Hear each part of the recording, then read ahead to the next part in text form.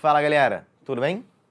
Vamos falar sobre o processo de industrialização brasileiro durante, o Segundo Reinado. É mais um processo de surto industrial do que um processo de industrialização como um todo, né? Por quê? O que vai acontecer? Esse cara aí, ó, Irineu Evangelista, vulgo Barão de Mauá. Exatamente. Olha, Irineu Evangelista, ou Barão de Mauá, ele era um cara com uma mentalidade muito diferente, né, da grande parte da população brasileira na época. Para vocês terem uma ideia, o Irineu Evangelista, né, o Barão de Mauá, com 16 anos, ele se tornou um dos sócios majoritários do Banco do Brasil. 16 anos. Aí tu pensa aí, né? Ah, meus 16 anos. Exatamente. Né? Então, a mentalidade desse cara era, fantástica.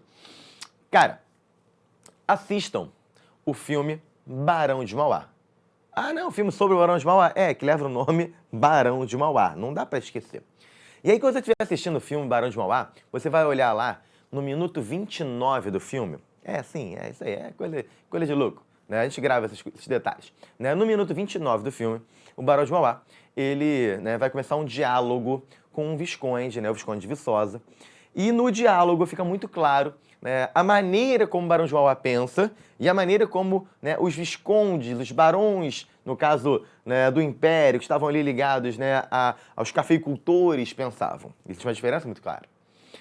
O Visconde elogia o barão, fala assim, nossa, parabéns, você é tão jovem, 16 anos, se tornando um sócio majoritário do Banco do Brasil. Parabéns, felicitações. E aí ele pergunta para o barão e fala assim, barão, não era barão ainda, era um meninote, pergunta, o que você vai fazer da vida agora?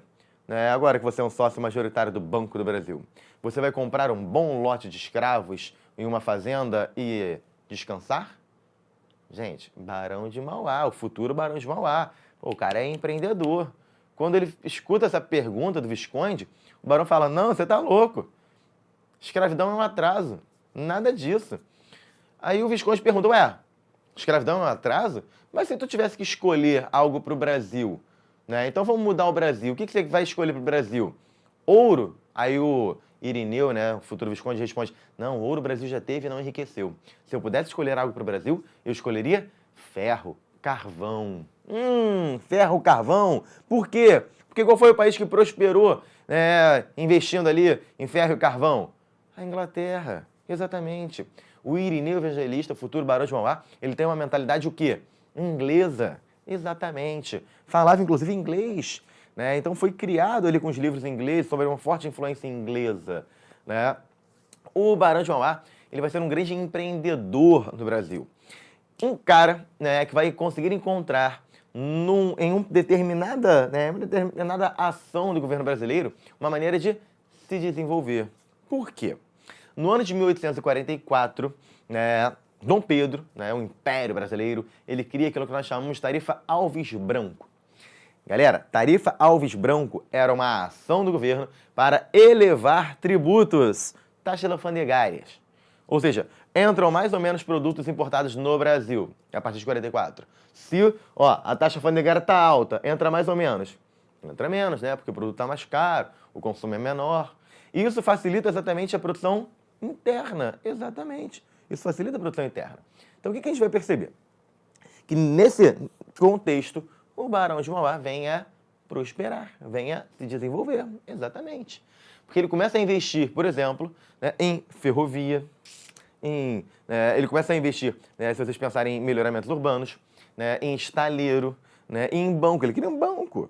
Ou seja, o Barão de Mauá ele investe em vários setores. Setores que no Brasil, até então, não haviam prosperado.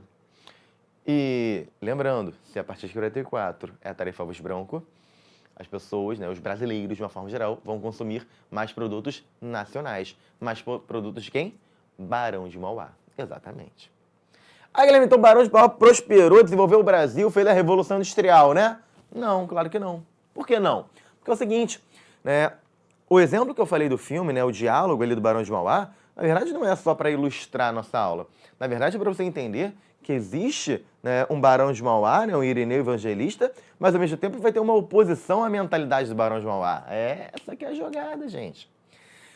Os cafeicultores se tornam oposição a Barão de Mauá. Por quê? Por mais que o Barão de Mauá tivesse uma relação boa com Dom Pedro, os cafeicultores não tinham uma relação boa com o Barão de Mauá. Por quê? Por quê? Porque se o Brasil investisse fortemente, né, na indústria, o que aconteceria com o modelo agroexportador brasileiro? Seria deixado de lado, exatamente. Então, a primeira oposição, sim, essa elite cafeicultora. Segunda oposição para Barão de Mauá. Quem é que deixou de lucrar? Melhor, deixou de lucrar não, mas reduziu seu lucro com o Brasil? A Inglaterra.